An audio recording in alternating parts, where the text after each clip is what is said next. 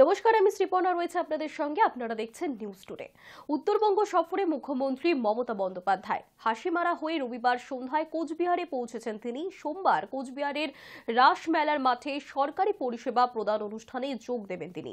রাসমেলার মাঠে একগুচ্ছ সরকারি প্রকল্পের উদ্বোধন এবং শিলান্যাস করারও কথা রয়েছে। রবিবার হাসিমারা সেনা ছাউনিতে নামার পর চিলাপাতার মাঝ দিয়ে মুখ্যমন্ত্রী সোনারপুর হয়ে কোচবিহারে প্রবেশ করেছেন। মুখ্যমন্ত্রীকে এক ঝলক দেখতে সোনারপুর, পাতলাখাওয়া, পুন্ডিবাড়ি, রাজারহাট, বাবুরহাট চত্বরে কাতারে কাতারে মানুষের ভিড় উপচে পড়েছিল। রাস্তার দুধারে দাঁড়িয়ে থাকা কয়েকশো বাসিন্দাকে গাড়ির গতি কমিয়ে হাত নাড়িয়ে মুখ্যমন্ত্রী অভিবাদন জানান। বর্তমানে দুর্ঘটনা থেকে শিক্ষা নিয়ে কোচবিহারে মুখ্যমন্ত্রীর যাত্রাপথে বাড়তি নিরাপত্তার ব্যবস্থা করা হয়েছে।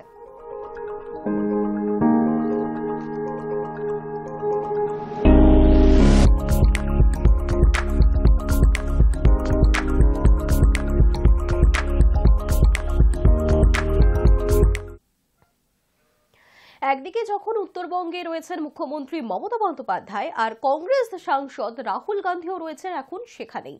জলপাইগুড়ি, শিলিগুড়ি হয়ে সোমবার তিনি রয়েছেন উত্তর দিনাজপুরে। ন্যায়যাত্রার উত্তরবঙ্গের জেলায় জেলায় ঘুরছেন রাহুল গান্ধী। সোমবার সকাল সকাল ইসলামপুরে বাসে করে পৌঁছন তিনি।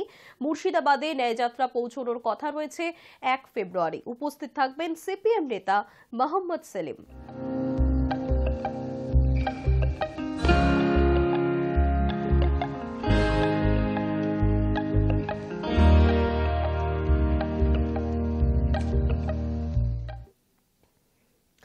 এবার মুখ্যমন্ত্রীর পথেই হাঁটল বিজেপির সরকার। বাছাই করা বাংলার 35টি দুর্গাপুজো কমিটিকে আর্থিক পুরস্কার দিল কেন্দ্রীয় সংস্কৃতি মন্ত্রক। পুরস্কার বিতরণের জন্য রবিবার বঙ্গ বিজেপি একটি অনুষ্ঠানের আয়োজন করে। সূত্রের খবর, 10টি বড় পুজো কমিটিকে 1 লক্ষ টাকা এবং বাকি পুজো কমিটিগুলিকে 25,000 টাকা দেওয়া হয়েছে। কমিটির প্রতিনিধিদের হাতে চেক তুলে দিয়েছেন পদ্মশ্রী প্রাপক বাংলার প্রতিমা শিল্পী সনাতন রুদ্র পাল। লোকসভা ভোটে বাংলার মানুষের নজর বিজেপির এমন উদ্যোগ বলে কটাক্ষ তৃণমূল শিবিরের।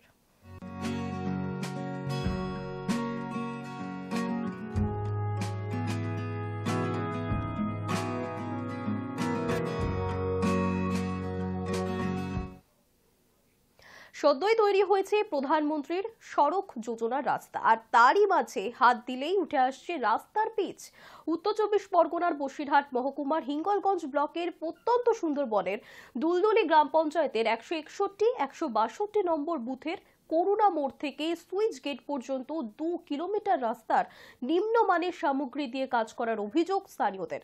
সদ্যই শেষ হয়েছে রাস্তা মেরামতের কাজ, কিন্তু তারপরই রাস্তা দিয়ে হাঁটলেই উঠে আসছে রাস্তার পিচ। তাই পুনরায় নতুন রাস্তার দাবিতে বিক্ষোভে সামিল হয়েছেন স্থানীয় বাসিন্দারা।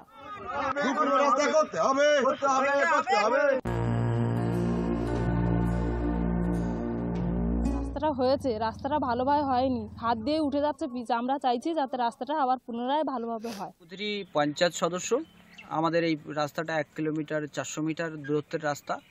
আমরা গত কয়েকদিন ধরে আমরা দেখভাল করছি। প্রায় 4 দিন আমরা বিভিন্ন সভাতে গেছিলাম, কর্মী বৈঠক থেকে শুরু করে। তো আমি কালকে যখন গেলাম দেখলাম যে হ্যাঁ, আমি একজন জনপ্রতিনিধি হিসেবে আমি সেখানে গিয়ে দেখলাম না, নিচে ধুলো ঝাড় দেওয়া হয়নি, নোংরা রয়েছে, সেই অবস্থায় পিচটা চাপানো হয়েছে।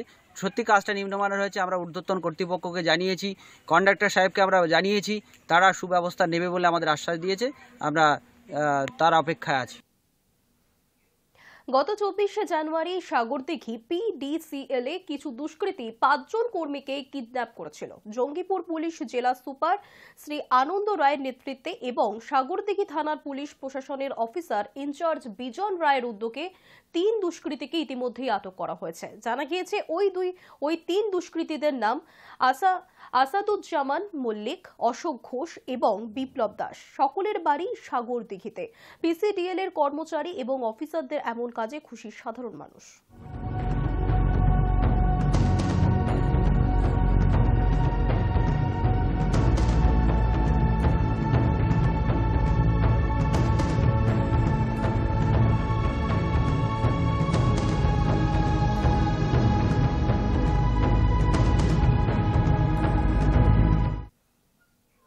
নজর রাখবো আজকের ওয়েদার আপডেটে। রাজ্যে কমলো শীত। রবিবার শহরের সর্বনিম্ন তাপমাত্রা ছিল 12.9 ডিগ্রি সেলসিয়াস। সোমবার তা বেড়ে হয়েছে 13.6 ডিগ্রি সেলসিয়াস, যা স্বাভাবিকের থেকে 1 ডিগ্রি কম।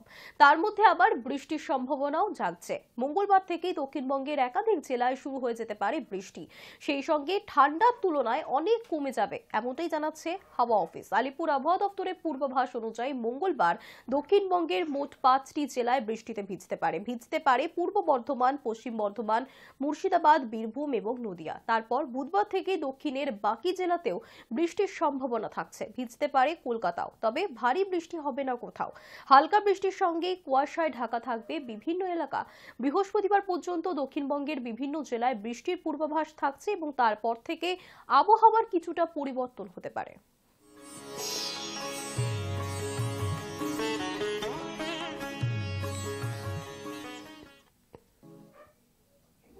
নিউজ টুডে এখনকার মতো এই পর্যন্তই। দেখতে থাকুন হাই নিউজ নির্ভীক নিরপেক্ষ।